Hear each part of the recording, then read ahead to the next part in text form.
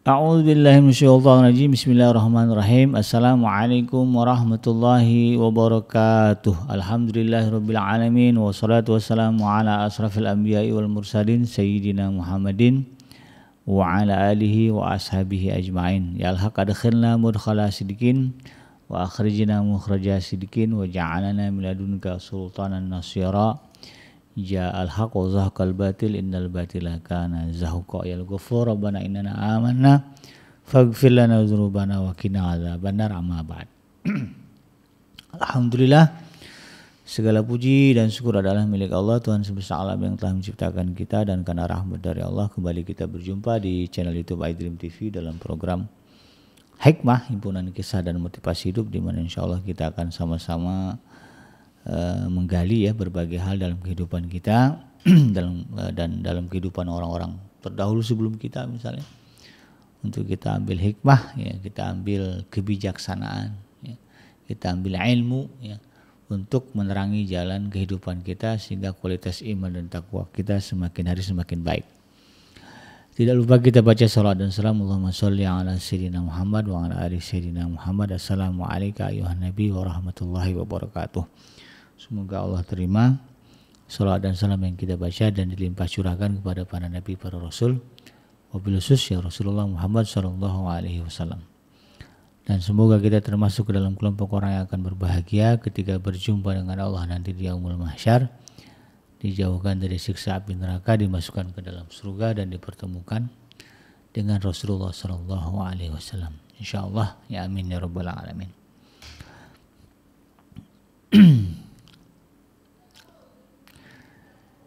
Baik sahabat iDream yang dirahmati Allah dimanapun Anda berada, di dalam program Hikmah kali ini saya akan mengangkat satu tema, yaitu tentang pentingnya mengetahui atau memahami skala prioritas di dalam segala urusan ya.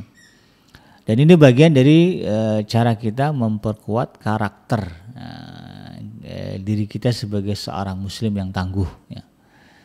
Jadi, karena itu adalah hal yang penting di dalam menjalani kehidupan, karena iblis ya, sebagaimana yang disebutkan di dalam Al-Quran, mereka betul-betul akan menyesatkan kita. La'awiyannahum ajma'in, kata dalam surah saya lupa nama surahnya disebutkan ya, dia sampai bersumpah kepada Allah ya bahwa dia akan betul-betul menyesatkan ya, semua anak cucu Adam ya.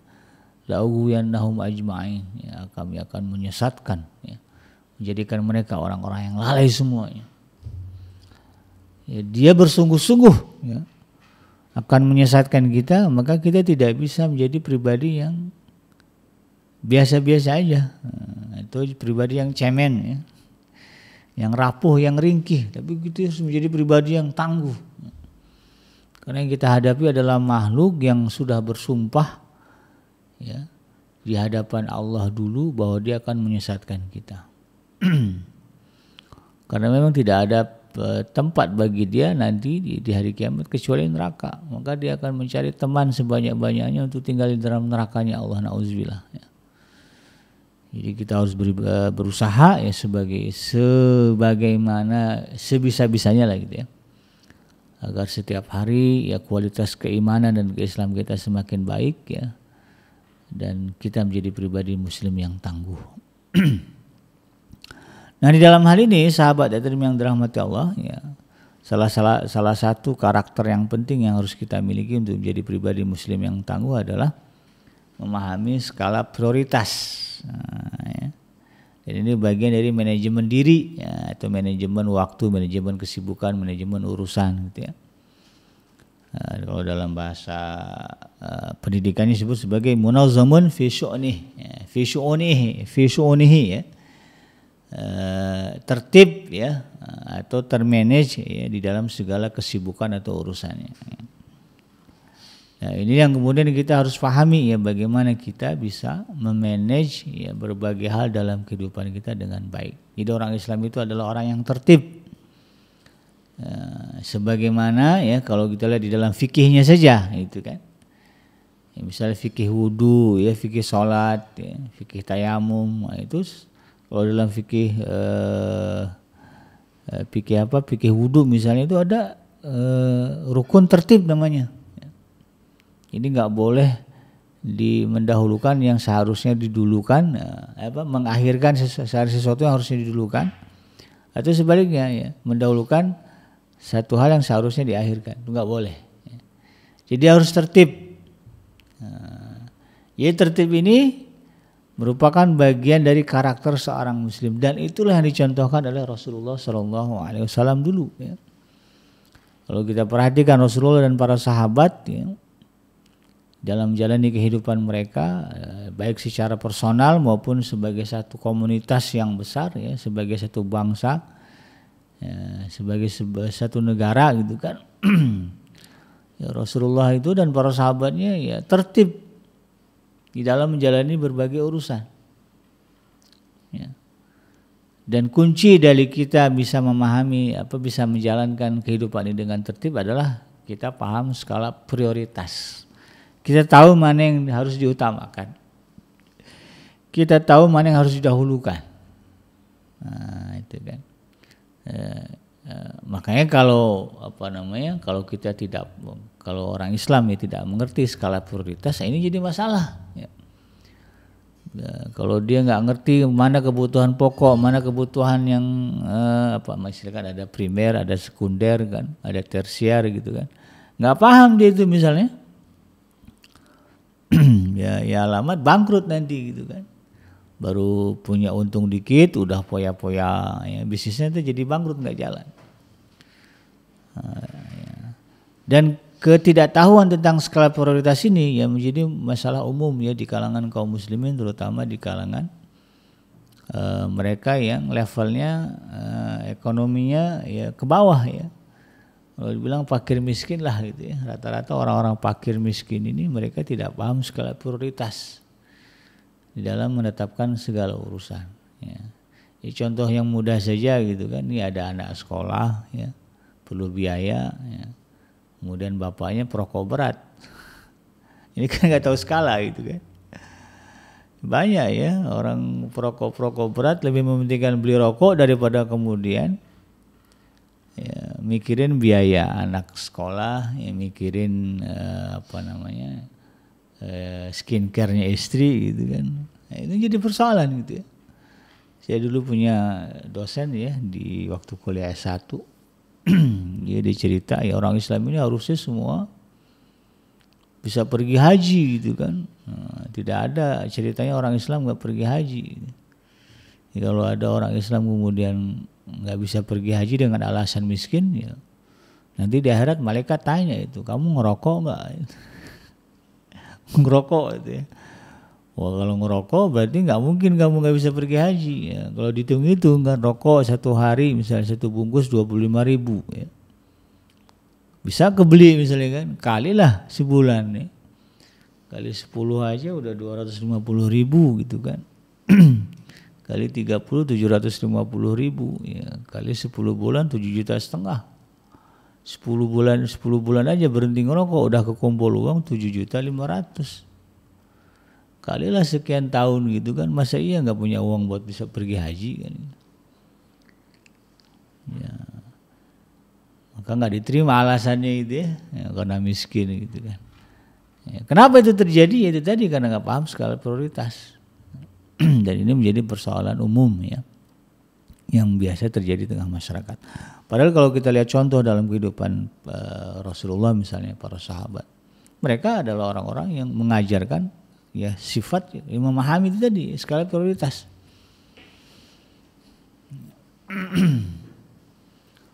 Ya, mana yang harus didahulukan, ya, mana yang wajib, mana yang sunnah. Nah, itu kan. Ya, bahkan Rasulullah SAW ya tidak mau melakukan sesuatu yang tidak diwajibkan padahal beliau suka. Gitu kan. Hanya khawatir takut nanti umatnya tidak mampu mengerjakannya gitu kan. Karena bagi Rasulullah yang penting yang wajibnya dulu gitu kan. Yang wajibnya ini bisa dikerjain. Karena ada juga orang yang ngejar yang sunnah tinggal yang wajib. Katanya belajar atau pengajian sunnah tetapi kemudian hal-hal yang wajib diabaikan ya. Apa hal yang wajib? Ya menghormati kaum muslimin ya, menahan diri ya, dari mencela itu kan. mencaci maki sesama muslim itu kan wajib ya. Kan dilarang ya, kita itu mencaci sesama muslim, merendahkan orang. Orang kafir aja kita nggak boleh rendahkan. Tuhan, sesembahan agama lain aja nggak boleh kita hina gitu kan. Dalam Al-Quran kan jelas perintahnya.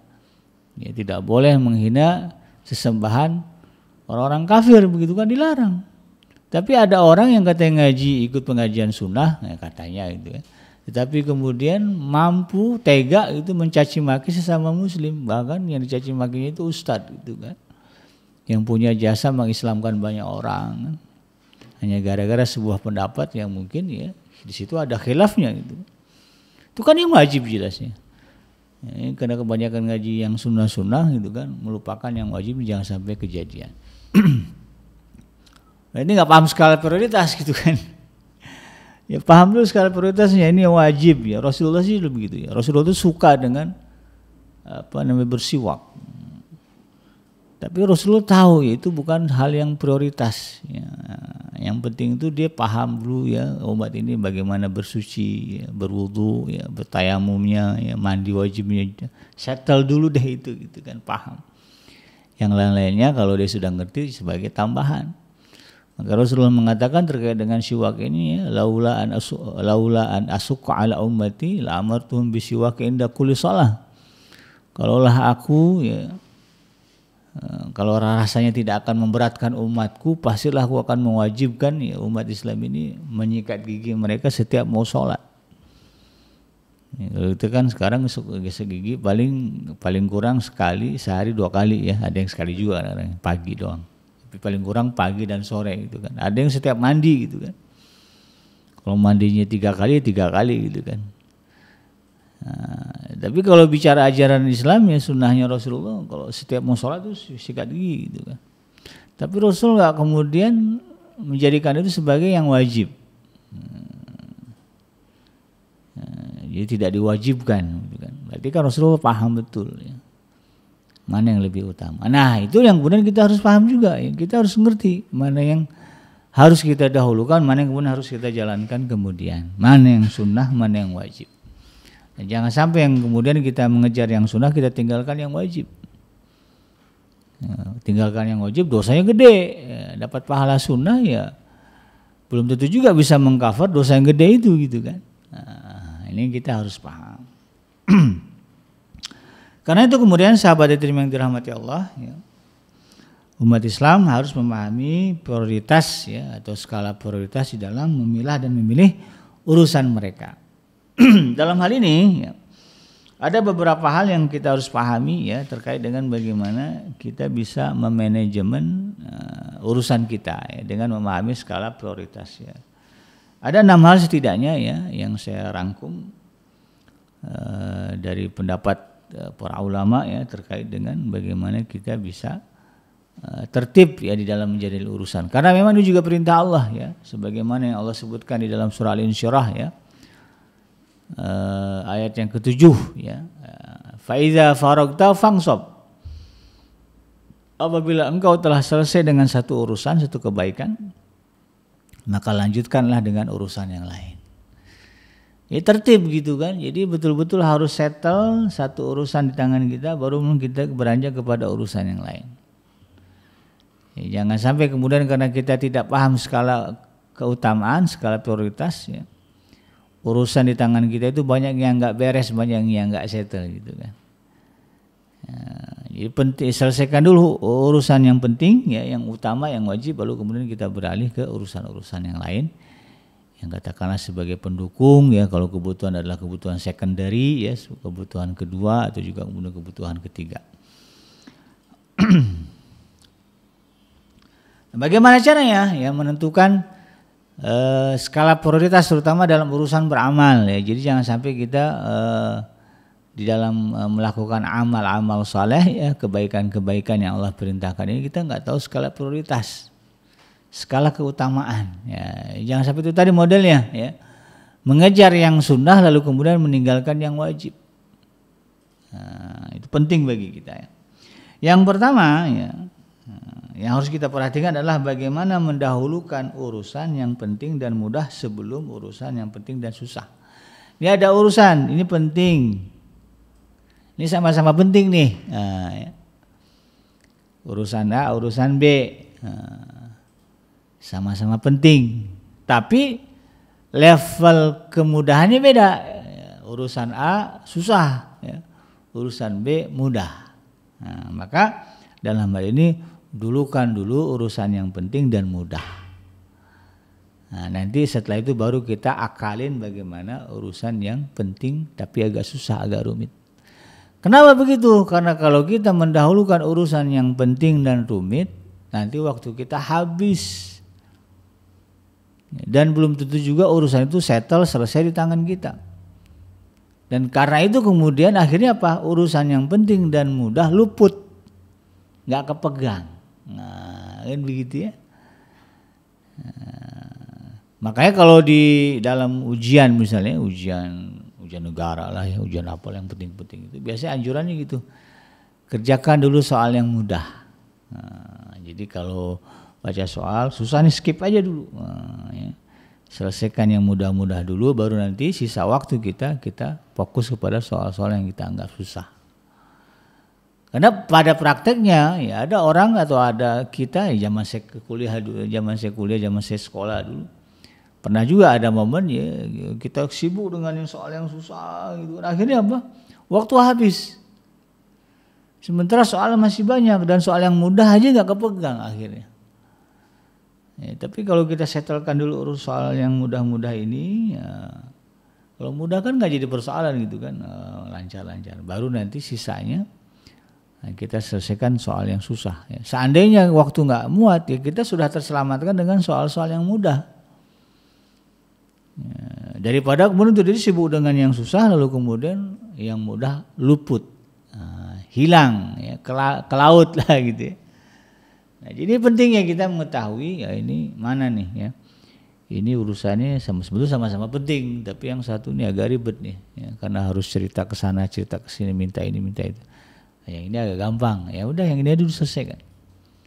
Ya, selesaikan dulu urusan yang penting dan mudah, barulah kemudian beranjak kepada urusan yang penting tetapi susah. Yang kedua adalah mendahulukan urusan yang menghabiskan waktu singkat ya, atas urusan yang menghabiskan waktu yang lama. Kita punya urusan ya, yang satu ya, sebentar aja nih urusannya gitu kan, yang satu agak lama. Maka kalau berbicara ya manajemen kesibukan ya, manajemen kegiatan, maka utamakan dulu yang kira-kira sebentar. Ya, apapun lah urusannya, dalam amal juga begitu gitu ya. Selesaikan dulu kira-kira urusan yang hanya menghabiskan waktu singkat. Ya, lalu kemudian baru kita konsentrasi kepada urusan yang membutuhkan waktu yang lama. Ya, kalau kita perhatikan ngaji ini sebentar lah ya sebetulnya. Kalau berbicara baca Quran, berzikir, bertasbih itu nggak lama ya. Baca istighfar 1000 sehari ya nggak sampai 15 menit, 10 menit juga enggak. Utamakan tuh ya. Baca astagfirullah 1000 kali misalnya. Itu kalau saya hitung-hitung menitnya itu nggak sampai 10 menit. Ya, selesai kok itu kan. Ya duduk. Jadi utamakan itu ya. Ya, sholat kan nggak lama ya. Ya, sholat yang khusyuk, ya, sholat berjamaah lah ya. Saya kadang kalau ikut sholat berjamaah hitung-hitung paling lama juga ya, kalau berjamaah, kalau sholatnya zahar ya, sholat maghrib, isya, subuh misalnya, paling lama juga 7 menit gitu kan. Kalau imamnya bacaannya panjang gitu kan. Ya, kalau imamnya bacaannya biasa itu nggak sampai 5 menit selesai. Pendek sebetulnya kan. Ya, waktunya singkat. Maka itu kita utamakan. Ya. Ini pekerjaan kita nih ya, di depan komputer bisa 2-3 jam berkumandang azan gitu kan. Utamakanlah sholat dulu ya. Kemudian wirid dulu sebentar, baca tasbih berapa? 33 kali per tasbih itu kan enggak lama. Singkat. Ya. Maka itu kerjakan dulu ya. Baru beralih kepada pekerjaan yang lama-lama. Kemudian yang ketiga adalah mendahulukan urusan yang berlimpah manfaatnya atas urusan yang sedikit manfaatnya. Nah, ini kita timbang-timbang dulu ya, kebaikannya mana yang banyak. Kadang-kadang itu menjadi teori juga ya di dalam dunia dunia kerja itu kan, atau ketika kita mengambil keputusan ya, itu ada yang modelnya begitu ya. Oke, ini urusan A, ini urusan B. Ya, resign nggak resign ya, misalnya mau resign kerja nggak resign kerja, katakanlah begitu ya. Ini saya mundur nih dari pekerjaan. Nah, itu buatlah tuh ya daftar list manfaatnya, daftar akibatnya. Ya, kalau kerja, misalnya kalau tetap nggak kerja, misalnya apa kebaikannya, manfaatnya apa? Kalau resign, ya apa manfaatnya, itu kan? Dengan segala resikonya. Nanti timbang lagi resikonya apa? Ya. Nah, dalam hal ini hal-hal yang atau urusan yang kita banyak mendatangkan manfaat, itu kita utamakan daripada urusan yang kemudian manfaatnya tidak terlalu banyak. Ya. Dipikir-pikir ya.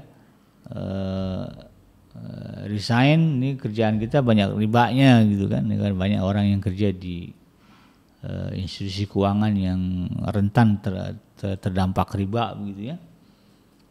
Ada tawaran nih mau usaha bisnis gitu kan, itu tinggal liskan aja manfaatnya ya. Kalau bisnis apa, kalau lebih banyak misalnya keluar dari tempat kerjaan ya, dengan menggeluti bisnis yang baru ya why not gitu kan, terjun saja ke sana, justru kita utamakan gitu kan. Apalagi sudah matang kalkulasinya gitu kan. Ada uang pesangon sekian gitu kan, kalau berhenti nanti kemudian terjun bisnis ini ya, itu ya. Kalau bisnis kan waktu lebih luang banyak ya, dengan keluarga buatlah tuh ya. Anak-anak bisa diperhatiin, istri juga bisa kita temenin sering-sering karena kita kerja sendiri gitu ya. Nggak pakai jam, nggak pakai aturan ya, semua kita yang nentuin, buat diliskan gitu, manfaatnya. Oh ternyata manfaatnya lebih banyak ya saya berbisnis daripada kemudian kerja di bank misalnya. Terjun aja ya, ambillah keputusan itu ya. Ya bikin aja enak ngomongnya begitu ya, kita ngejalin belum tentu susah, belum tentu mudah ya. Ya mau gimana lagi gitu kan, daripada kita terjerumus ke dalam hal yang diharamkan. Ya, perbankan non syariah atau konvensional itu kan sepakat para ulama haram kan. Allah sudah menegaskan bahwa riba itu haram nih ya. Kalau kita kerja di institusi yang jelas-jelas ya memupuk riba ya haram gitu kan. Nah, ini contoh saja ya, contoh kasus. Kemudian yang keempat, mendahulukan sesuatu yang dibangun dari satu urusan atau lebih ya atas sesuatu yang dibangun dari urusan yang sangat sedikit atau tidak ada urusan sama sekali. Jadi ini skala kepentingan ya. Ini yang terlibat di dalamnya banyak nih ya, kepentingannya ini banyak nih ya. Ya ini nggak terlalu banyak ya, melibatkan banyak orang, nggak terlalu berefek kemana-mana. Maka utamakanlah kira-kira di situ ya yang banyak urusannya, yang kira-kira banyak efeknya kemana-mana ya. Misalnya kalau bicara contohnya apa nih kalau urusan seperti ini ya, itu tadilah misalnya urusan bikin yayasan ya, urusan kita bersedekah gitu kan.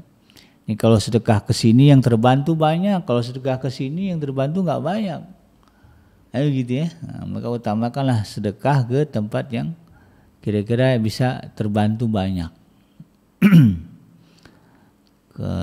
Misalnya gini kan, ada pilihan ya, mau berzakat ke amil ya, lembaga, atau berzakat langsung ke individu. Ya, dulu saya suka zakat itu ke langsung ke individu ya, tahu nih orang susah ya kita kasih zakat. Tapi kemudian setelah dicek-cek ternyata kalau kita zakat ke lembaga yang terbantu lebih banyak ya, karena lembaga itu ya punya list, punya daftar si A si B siapa aja yang miskin. Kemudian juga dengan adanya list ini, dengan berzakat ke lembaga itu menghindari double penerimaan double. Jadi jangan sampai mustahik itu double nerima rezeki, nerima zakat itu kan.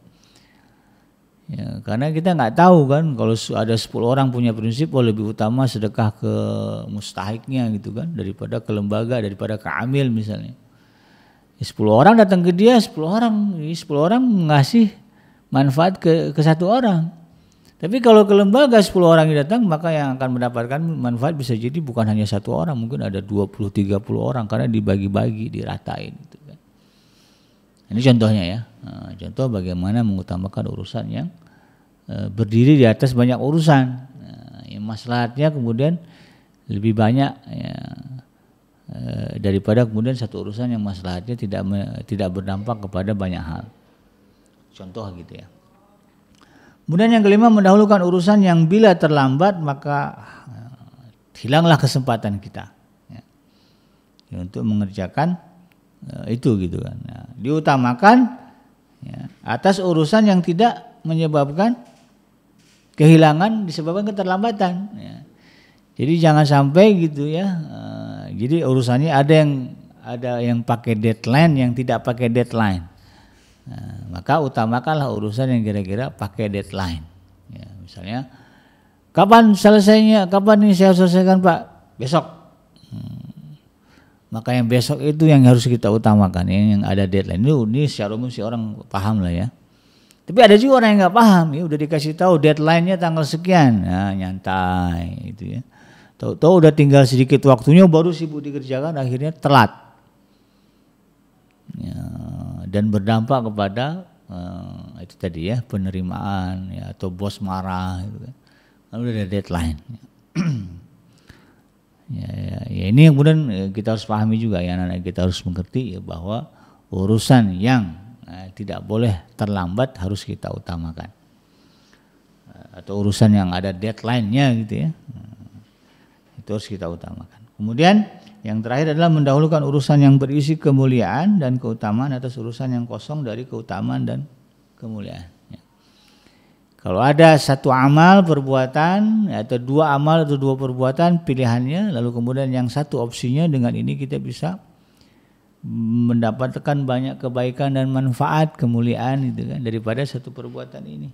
Maka yang kita utamakan adalah yang mendatangkan manfaat bagi kita, mendatangkan banyak kemanfaat dan keutamaan bagi kita.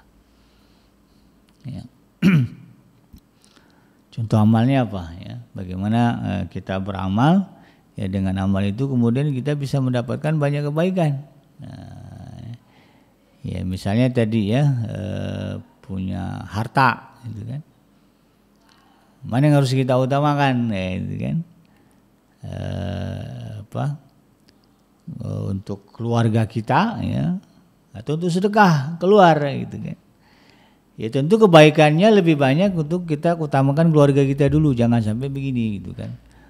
Ya, keluarga merasa kurang, nggak tercukupi, tapi kemudian satu sisi ya, kepada orang lain royal gitu kan, banyak ngasih sedekah banyak. Sementara keluarga sendiri kesusahan, nah, ini nggak benar. Karena kalau kita lihat dari sisi kebaikannya, justru keluarga itu adalah hal yang utama dan mendatangkan banyak kebaikan. Ya, bahkan di dalam satu hadis Rasulullah katakan ya, 1 dinar yang diinfakkan, yang dibelanjakan untuk keluarga lebih utama daripada yang disedekahkan kepada orang lain. Skala prioritas ini penting, kita harus paham gitu kan. Ya memang ada anjuran bersedekah ya, tetapi tentu skala prioritasnya kita utamakan dulu kebutuhan kita dan keluarga kita. Ya, ada kelebihan ya, dari nafkah kita ya dengan keluarga untuk diri kita dan keluarga, ada kelebihan baru kemudian kita salurkan kepada yang lain. Jangan dibalik, ya. Orang lain dulu kita utamakan, lalu kemudian untuk diri kita dan keluarga kita kurang.